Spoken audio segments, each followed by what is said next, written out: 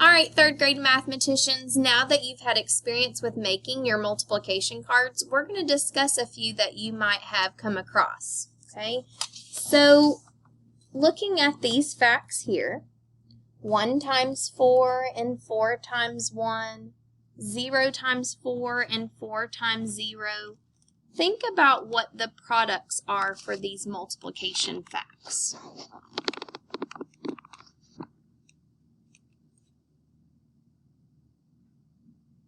So what are you thinking the product for 1 times 4 would be? You're right, it would be 4. One group of 4. What about 4 times 1?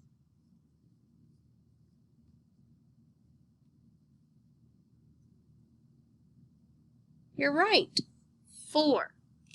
4 groups of 1 would equal 4. All right, now 0 is very interesting to think about. Okay, so what do you think about for the product of 0 times 4?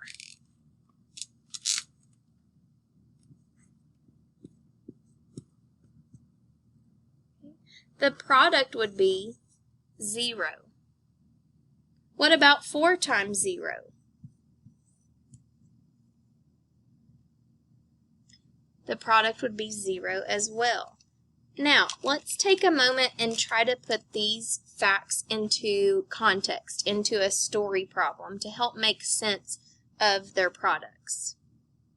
Okay, so take just a moment, and I want you to take 1 times 4 or 4 times 1 and think about a context to explain the product.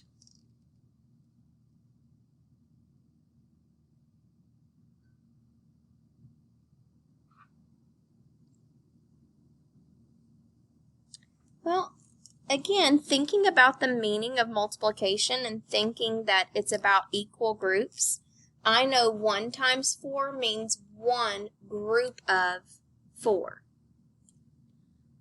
Again, for 4 times 1, I have 4 equal groups of 1. Okay, so I'm going to show that here. I'll show that below here. All right. So for 1 times 4 equals 4, the model would look like 1 group of 4. And my context could be, there are 4 apples in a bag. I have 1 bag.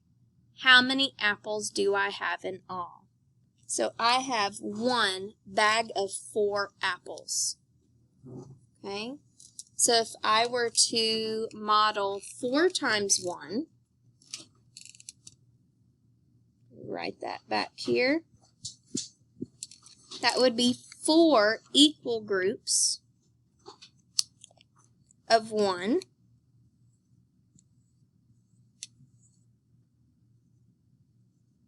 So the story I came up with is, I have 4 bags of apples. Each bag has 1 apple. How many total apples do I have? Okay, and so I would have 4.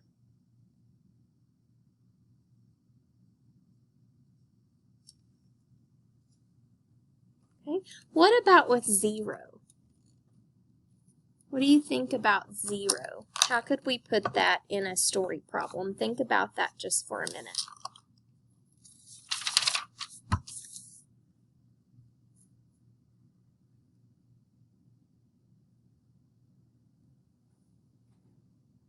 Well, you could create a story thinking about bags of apples, thinking about the meaning of multiplication. If I had 0 bags of apples and each bag had 4, how many apples would I have? You might be thinking, well, I don't have any bags of apples, so then I would have 0 apples. What about 4 times 0?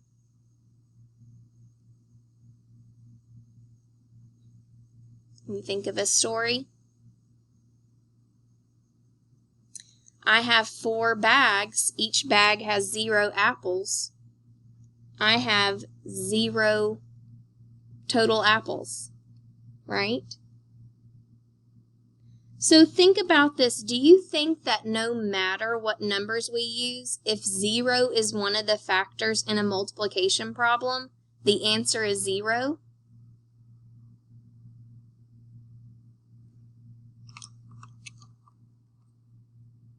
If I were to give you this problem, 9 times 0, what would the product be?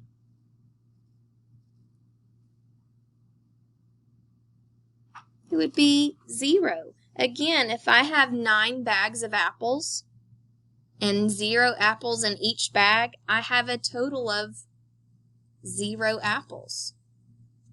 I could even draw my 9 groups.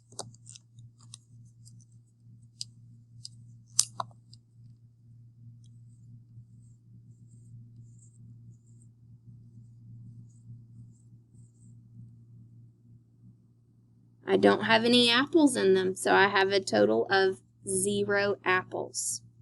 Okay, let's go back to our 1 times 4 and 4 times 1. What conclusion can you make about multiplying by 1?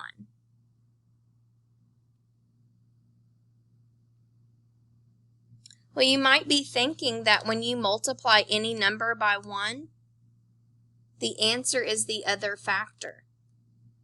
Because either you're going to have one group of that other factor, or you're going to have that many groups of 1.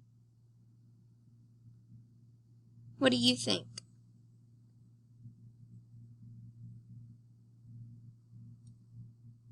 So I'm thinking that our conclusions is when you multiply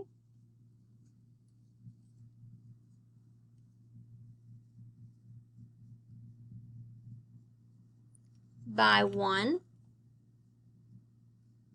the product is the other factor.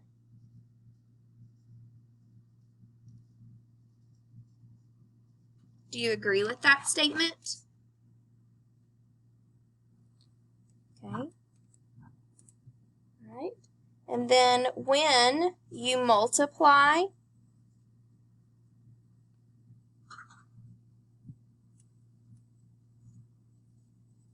by 0, the product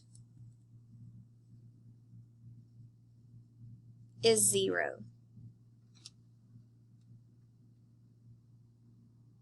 Do you agree with that statement? I think the best way to reason with multiplication facts is to put them in context. So if you find yourself questioning the product of either when you're multiplying by 1 or multiplying by 0, put it back in that context. Think of bags of apples. Okay? All right, guys. I can't wait to hear your thoughts about multiplying by 1 and 0 and continue this multiplication journey with you. Happy multiplying!